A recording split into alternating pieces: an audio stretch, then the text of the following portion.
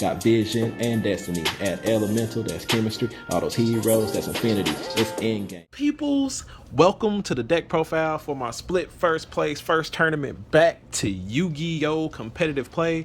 We're not going to take a lot of time with this deck list today. It's basically like Nathan Christmas's top 32 Nationals deck list. I wanted to give it a try. I wish I had got a chance to try it earlier before the big format change, but you know, even after the format change, it seems like the deck performed wonderfully. Yeah, I did have a loss and a draw here and there, but you know, hey, overall, you know, I think like the hardest thing for me was like the side deck pattern thing. And you know, that's like one of the things that people always talk about, net decking and you know, doing different stuff like that. But you gotta remember that when you do stuff like that, you're adopting someone else's play style.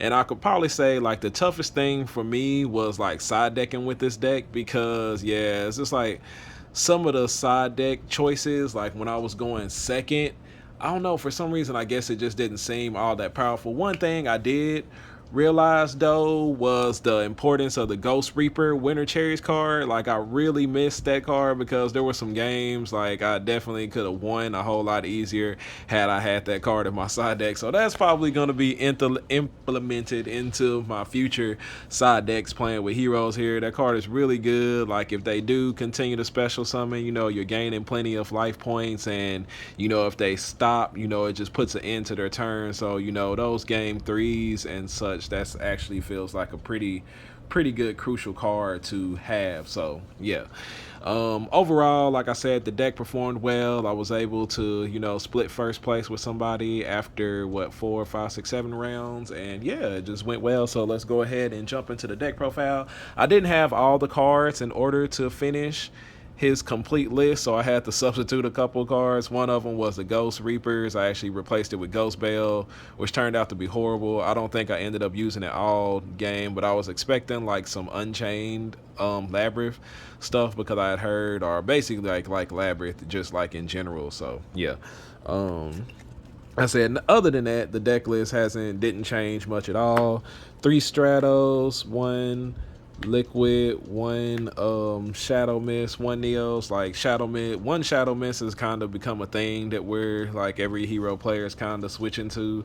I feel like if we had a Link 1 and you know, Shadow Mist would be a little bit more effective, but you know, those games where you just like open up Shadow Mist and it's like, dang, I wish I had opened up a different hero. So yeah, him going down to 1 has been pretty difficult, pretty typical. Like usually I don't run 3 Stratoses, I typically only run 2. So you know, it felt like I was definitely summoning it a whole lot more. And yeah, you know, that might actually be a change that I end up making going into my future hero decks. It's like the 3 Stratos actually didn't feel bad at all. So yeah, there goes the E hero lineup. And then Vision hero lineup, we got the 3 Ferris, of course, with 2 Vions, 2 Increase. Like y'all seeing, like there are times where I run like different numbers of Ferrises depending on what the format looks like and what I'm trying to do with my deck. 3 definitely feels good because you like to open up with that card, you know, like as much as possible.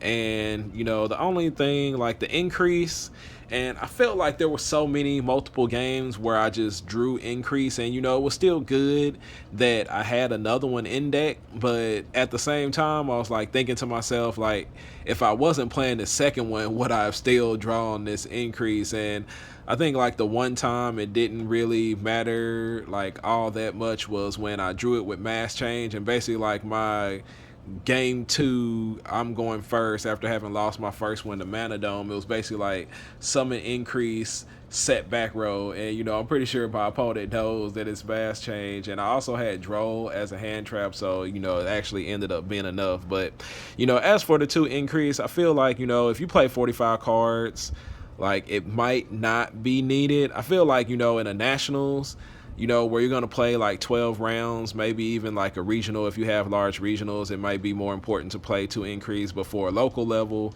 you know, and such. I feel like if you play 45 cards, just playing 1 Increase should be sufficient. So yeah, that's like my little thoughts on the Vision Hero package there. And then the Destiny Hero lineup, you know, Of course, Two Mally, Plasma, Dark Angel, Denier, of course, very typical. I don't think I actually got the chance to summon Dark Angel the entire tournament. It just never really came up. I did have one game where I had Plasma and Summon Limit out there, so that was pretty crazy. I think it was against Sky Striker. It basically just ended ended that. But yeah, probably wouldn't make too much change to the Destiny Hero package here. You know, it's pretty good, very efficient, works and does what it's supposed to do. So yeah, there goes that. And then of course the one cross keeper there, like with the inclusion of like certain cards like Foolish Burial and such, like I felt like this card was like really good, especially if you're running 3 Stratoses. You know, you get that extra chance to be able to summon him and still be able to conduct the normal summon, and then his extra draw effect is, you know, just icing on top of the cake. Very, very, very good card. I liked having the one crosskeeper, especially, you know, when he talked about having the Foolish Burial and, you know, sending it from when, you know, whenever the chance was available. Really like this card, you know, great inclusion. Might have to include that in my future hero decks right there. Oh, that is the monster lineup.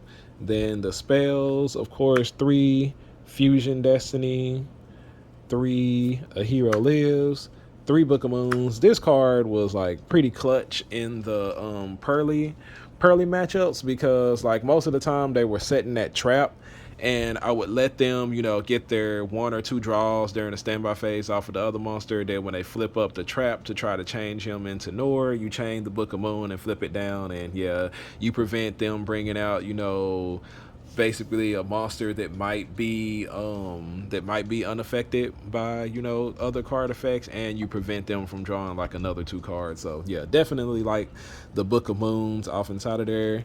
2 Drip, they were just as good as well. You know, not so much in the, well, I guess like in the Pearly matchup going second, it didn't really. No, like actually, like it was pretty decent. I don't think I actually drew it in my Pearly matchup. Now there was the one where he had 2 Nors, and they only had like, one of them had 4 materials, and I think the other one had like 3. And he didn't expect the Dark Ruler in the main deck, and I Dark Rulered him, and I was able to, you know, easily win that matchup after that happened. So yeah, definitely like the main deck of the Dark Rulers. 2 Mass Change. Yeah, I feel like that's all we kind of need inside of Heroes right now. Like, I don't know, just like with Kashtira being, you know, like that big main deck, and, you know, just the ability of some of these other decks, like to be able to play around Dark Law a lot better. It just seems like it's not as effective. You know, even when I played against Manadome, you know, he was still able to make Baron and, you know, take Dark Law out, attack directly, and still have that Omni Negate out there on the board. So, you know, it's like it did help me win one game, but I think that was because I also had Droll.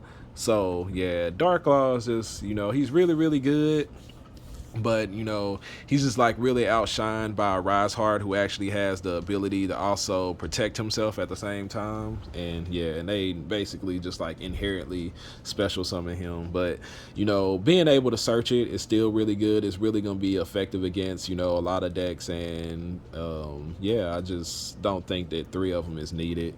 Then for the one-ofs, the Rhoda, Emergency Call, this, like, I don't typically run Emergency Call. It seemed like really helpful a little bit and stuff. If you can actually fit it inside of your list, it actually did help out quite a bit. The Triple Tactics Talents did come in handy.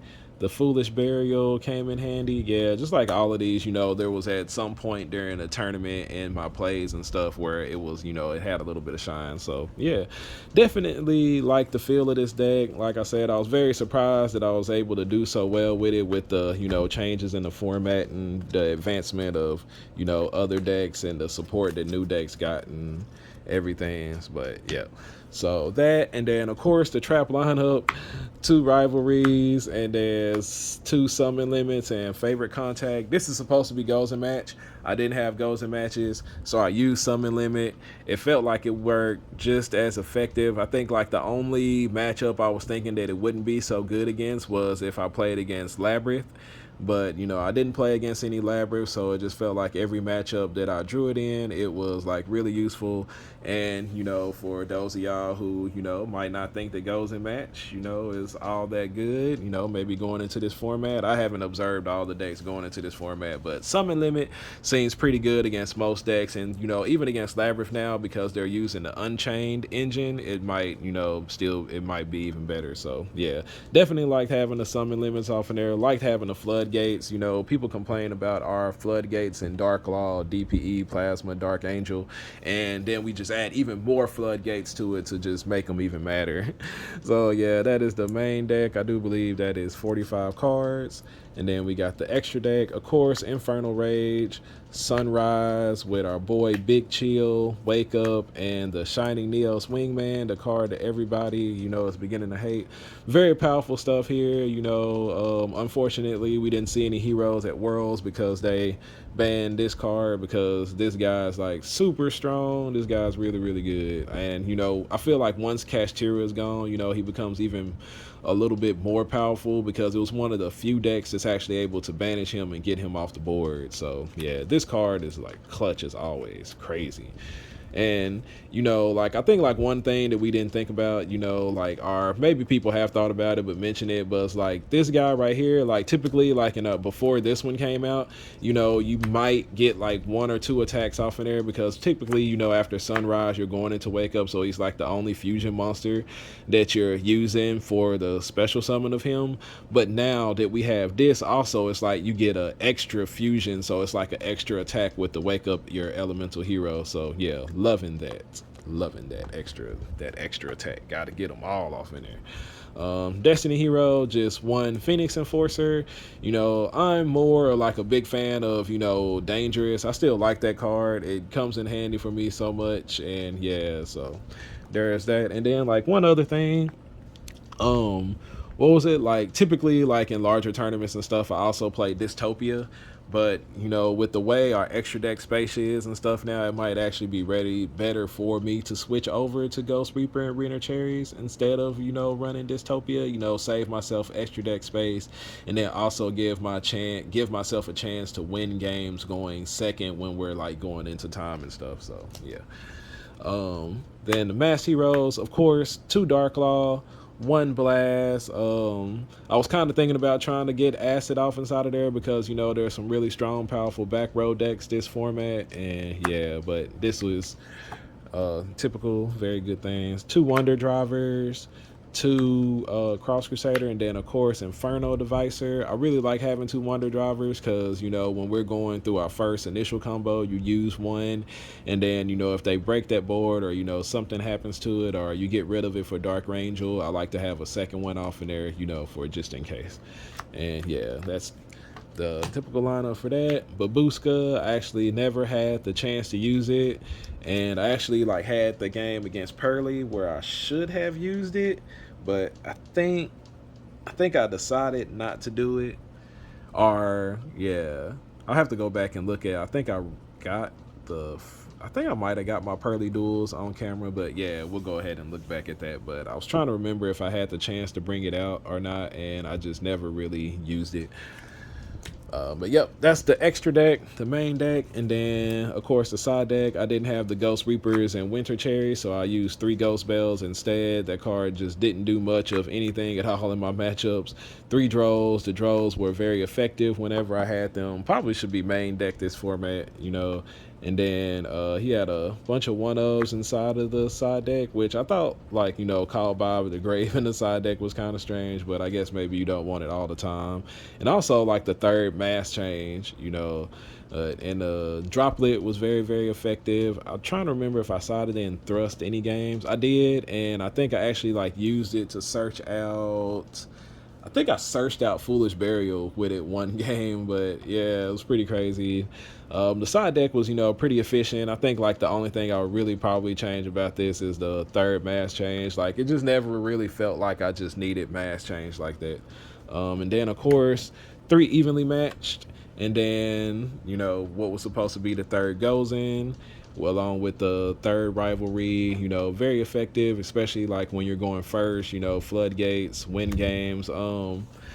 I was like really iffy about leaving them in going second. You know, I think for me it just kind of depended on the matchup and like how I thought it would go and like what their board was. Like unfortunately, you know, like going into this format, like I said, I hadn't studied a lot. I'd heard and seen, you know, YouTube videos pop up here and there, notifications and such, and just wasn't really prepared for what was really gonna happen, especially like, you know, going second, trying to decide if I want to leave in rivalry or if I want to leave in summon limit. Like I think like in my trap tricks matchup, I made sure to side them out because it just didn't really feel like they like, well, no, except for the summon limit, I left the summon limit in, but rivalry, you know, I think like most of the time their stuff is plants and insects, but most part is plants, and they pretty much have the plants out after the after they've gone first, and the insects aren't like really that big of a deal to them anymore. So yeah, and yeah, very effective side deck, worked to perfection and everything and stuff. And yeah, that's the deck list that I played. Shout out to Nathan Christmas for the, you know, excellent deck list. Actually carried over into the next format pretty well. And, you know, also shout out to Anthony Kelvin, who, you know, these are some of the field centers that he was able to hook it up with. I actually have the play mat, and as you can see, I have the deck box that goes with this as well. So I was pretty excited that this was, you know, part of the collection that he had. And yeah, and I also like My Hero Academia, so the All Might Sunrise, you know, field center was actually really, really good too. And yeah, so shout out to him. And y'all remember, check out Meta, TCG, buy, sell, trade, whatever you want to do with them, they got you covered. Use my code MHERO to save 5% on whatever you decide to do with them. I appreciate everybody for staying a while to listen, and I will catch y'all on the next video. Oh, and in other news, my package did finally clear customs, and it should be here tomorrow, so be looking out for that box opening video. Y'all know, like, usually I hardly ever decide if I want to post in the group first or if I want to upload the YouTube video first. So this time I'm probably gonna upload the YouTube video first, and I'm gonna let y'all know that like on a lot of these things I say best offer, and then I'm gonna give out a price, and the first people who, you know, get that off, give me, you know, that asking price, you know, and they actually send the money, I'm gonna sell it to them first. You know, that's business, how it goes. If it doesn't end up being that situation, you know, as far as like best offer goes, you know, when somebody gives me an offer on the playmat or the sleeves or whatever, I'm gonna, you know, wait maybe like a day, maybe 2 days, depending on, you know, what price they end up giving it up on me. And then if nobody else beats that price, it's gonna go ahead and be yours. So yeah, look for that box opening video tomorrow. Appreciate everybody for staying a while to listen, and I will catch y'all on the next video. My wingman, he come through, he level up, he go cool, he's shining out and popping to over 9K. That's a breakthrough. We on top now. Here's a look at our world.